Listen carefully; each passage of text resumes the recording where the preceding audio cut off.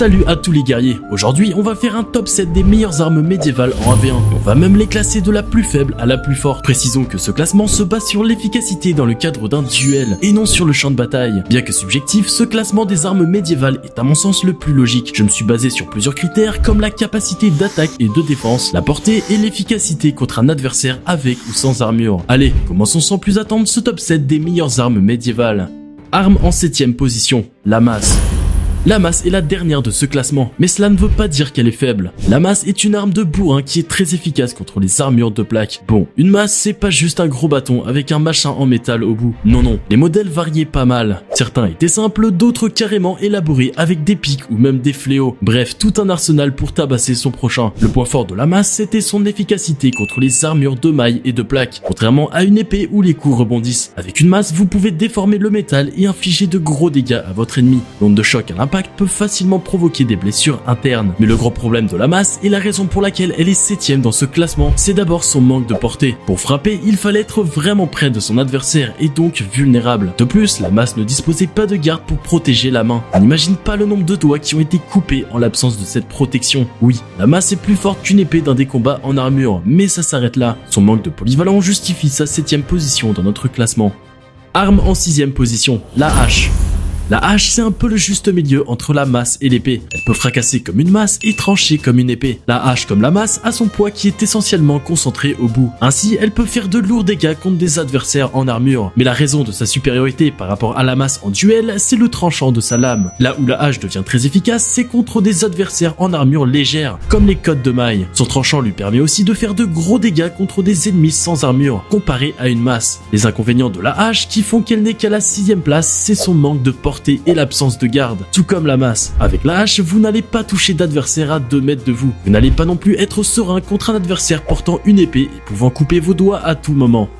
Arme en 5ème position, l'épée longue.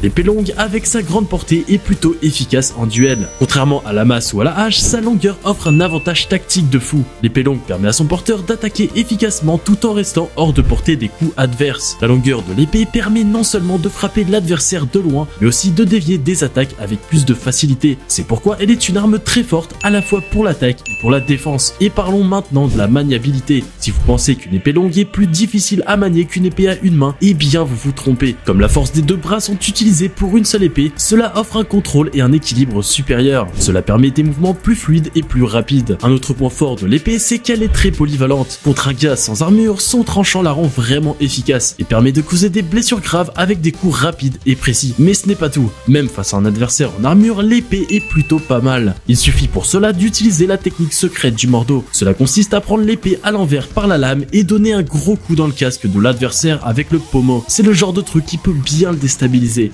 Arme en 4ème position, la lance. En 4ème position dans le classement des meilleures armes médiévales, nous avons la lance. Bien qu'elle soit apparue à la préhistoire, nous allons nous pencher sur son efficacité en tant qu'arme médiévale. Si la lance est aussi bien classée, c'est pour sa portée impressionnante, qui la rend redoutable dans un duel. Elle permet de toucher l'adversaire avant même qu'il ne puisse s'approcher. Contre un ennemi se battant à l'épée, le combattant peut maintenir une bonne distance de sécurité, en reculant tout en attaquant. C'est encore plus vrai contre des adversaires équipés de masse ou de hache, où là ils ne peuvent vraiment rien faire, à part jeter leurs armes et prier pour que ça touche leur ennemi. En combat singulier, une lance peut être également un outil efficace contre la cavalerie, en neutralisant l'avantage de hauteur et de mobilité qu'offre le cheval. Le seul inconvénient de la lance, c'est de ne pas être très efficace contre les adversaires en armure, car les armures de plaque sont une barrière impénétrable contre les coups des stocks. Avant de passer au point suivant, laissez-nous vous parler de notre marque Forge des Guerriers. Rassemblant une communauté de plus de 100 000 membres, Forge des Guerriers est également la référence dans le domaine des épées en France. Vous trouverez dans cette boutique des épées fantaisistes, mais également des épées historiques haut de gamme. Nos produits sont fabriqués avec soin et souci du détail. Si vous souhaitez acquérir une épée au moins une fois dans votre vie pour décorer votre pièce ou parce que vous êtes simplement fasciné par l'objet, alors c'est l'occasion. Vous avez 10 € de réduction avec le code Guerrier10. Arme en 3ème position, le combo épée à une main et bouclier.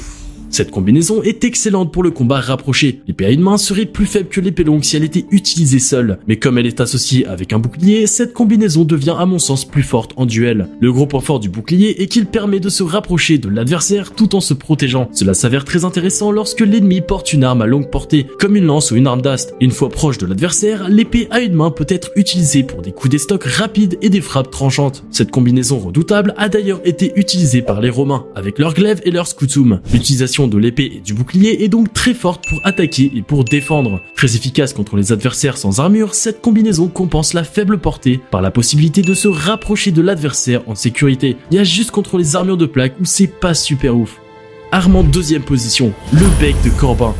Cette arme mérite largement son top 2 des armes médiévales. Rien que son apparence peut déjà faire flipper l'adversaire. Je sais pas vous, mais je trouve que cette arme a vraiment du flow. Et c'était mon arme préférée dans Chivalry Medieval Warfare. Cette arme a presque toutes les qualités. Contre un ennemi en armure, elle est vraiment cheatée. La tête du marteau ou la pointe métallique permet de donner des gros coups de forain. Comme un marteau de guerre, mais avec beaucoup plus de portée. Car oui, cette armure a aussi une longueur impressionnante. Ce qui fait qu'elle peut facilement rivaliser face à une lance et aux autres armes moins longues. Le bec de Corbin est aussi une des meilleures armes contre des adversaires sans armure. La pointe à l'arrière peut s'avérer redoutable et faire de gros dégâts à l'ennemi. De même, on peut l'utiliser comme une lance en faisant des coups de déstock grâce à sa pointe à l'avant. Ainsi, le bec de Corbin est une arme aussi forte dans la défense que dans l'attaque, contre des adversaires avec ou sans armure, et elle a une très grande portée.